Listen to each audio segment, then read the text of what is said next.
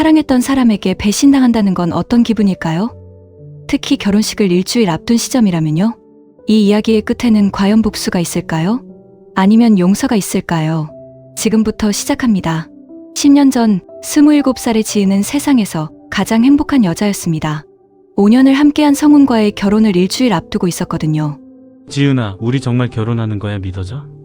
성훈의 목소리는 언제나 따뜻했고 그의 미소는 지은의 하루를 빛나게 만들었죠. 지은의 부모님은 일찍 돌아가셨지만 그녀에게는 부모님께서 남겨주신 5억 원 정도의 예금이 있었습니다. 젊은 부부가 시작하기엔 충분한 돈이었죠. 우리 이 돈으로 작은 가게 하나 차리면 어때? 네가 좋아하는 카페 말이야. 지은은 성훈의 제안에 기뻐하며 고개를 끄덕였습니다. 그를 믿었으니까요. 전부를. 그런데 결혼식 일주일 전 아침에 눈을 뜬 지은은 이상함을 느꼈습니다. 옆에 있어야 할 성훈이 보이지 않았거든요. 집 안을 둘러봤지만 없었습니다. 그리고 테이블 위에는 짧은 메모 하나만 남아 있었죠. 미안해. 심장이 쿵 내려앉았습니다. 떨린 손으로 연락했지만 성훈의 핸드폰은 꺼진 상태였습니다. 은행에서 온 메시지가 있어 확인한 순간 지은은 쓰러질 것 같았습니다. 잔행 영원. 5억 원이 모두 사라진 거였습니다. 패닉에 빠진 지은은 경찰서로 달려갔습니다. 하지만 조사 과정에서 드러난 진실은 더욱 충격적이었죠. 피해자분 이 여자를 아십니까? 형사가 보여준 사진 속에는 낯선 여자가 성훈과 다정하게 팔짱을 끼고 있었습니다. 이 여자와 용의자는 2년 전부터 교제해온 것으로 확인됩니다. 여러 목격자 진술도 있고요. 2년 전부터? 그렇다면 성훈은 지은에게 청혼하면서도 결혼 준비를 하면서도 다른 여자와 사귀고 있었다는 뜻이었습니다. 하지만 여기서 끝이 아니었습니다. 더 큰 충격이 지은을 기다리고 있었죠. 경찰 조사 결과 성훈은 지은의 재산이 목적이었던 것으로 드러났습니다.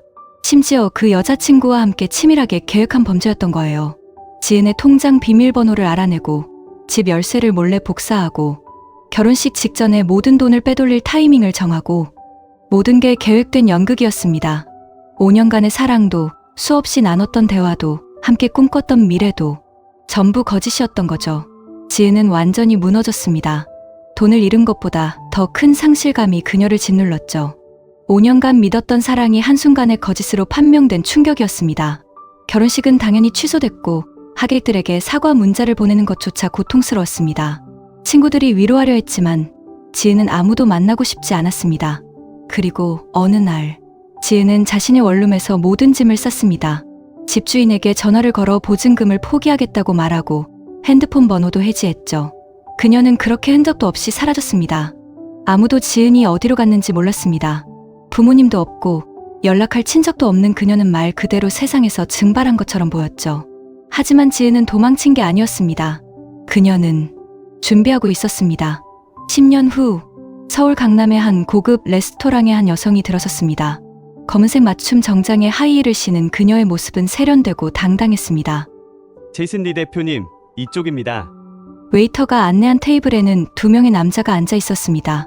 바로 성훈과 그의 동업자 현우였죠. 그렇습니다. 이 여성이 바로 10년 전 사라졌던 지은이었습니다. 하지만 이제 그녀는 제이슨 리라는 영어 이름을 사용하며 해외 투자자로 활동하고 있었습니다. 지은은 10년 동안 무엇을 했을까요? 그녀는 한국을 떠나 싱가포르로 갔습니다. 거기서 작은 무역회사에 취직해 밑바닥부터 시작했죠. 낮에는 일하고 밤에는 온라인으로 투자를 공부했습니다. 영어를 배우고 금융 자격증을 땄습니다. 잠은 하루 4시간, 식사는 편의점 김밥. 10년간 지은을 지탱한 건 단 하나였습니다. 복수. 그리고 마침내 그녀는 성공했습니다. 싱가포르에서 벤처 투자로 큰 돈을 벌었고 이제는 수백억대 자산을 운용하는 투자자가 된 거죠. 외모도 완전히 바뀌었습니다.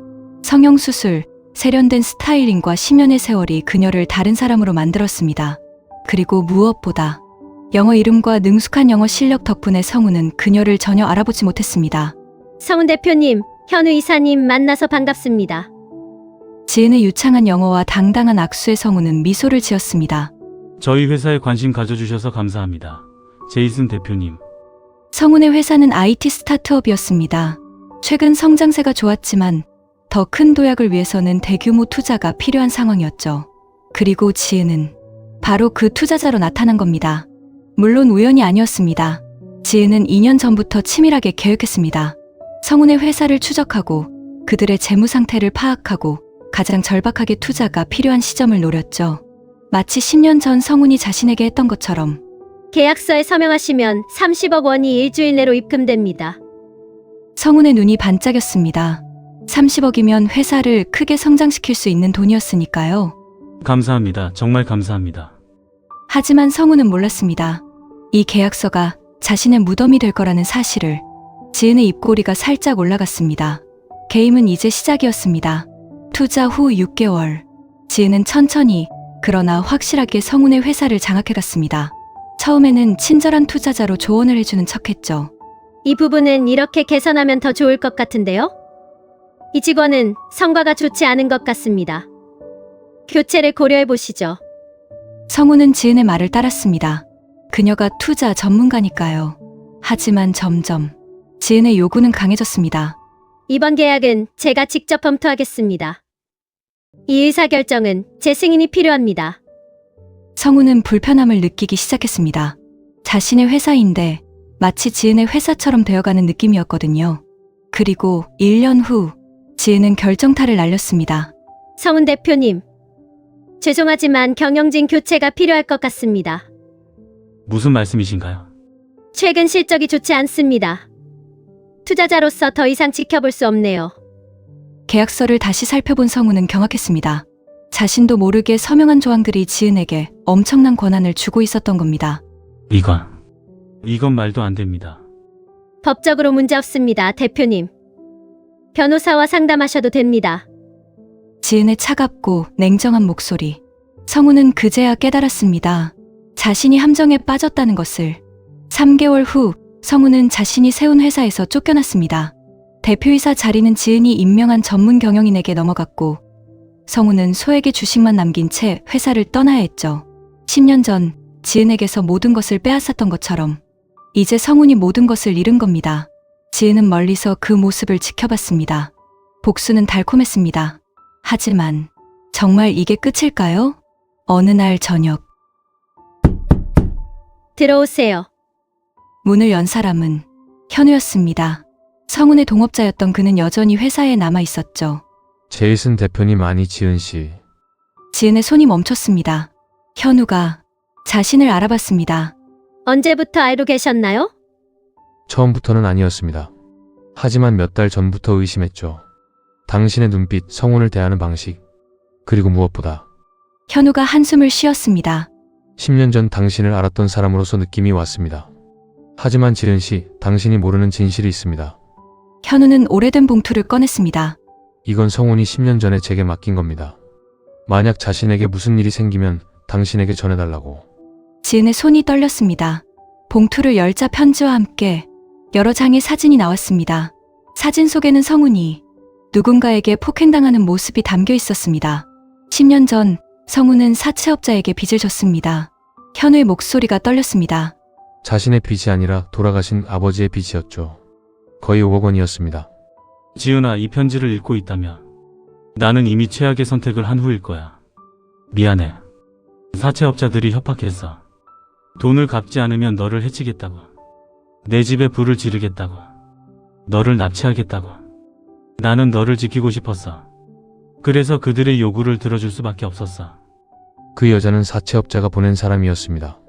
현우가 말을 이었습니다. 성운에게 접근해서 당신의 정보를 빼내도록 지시받았죠.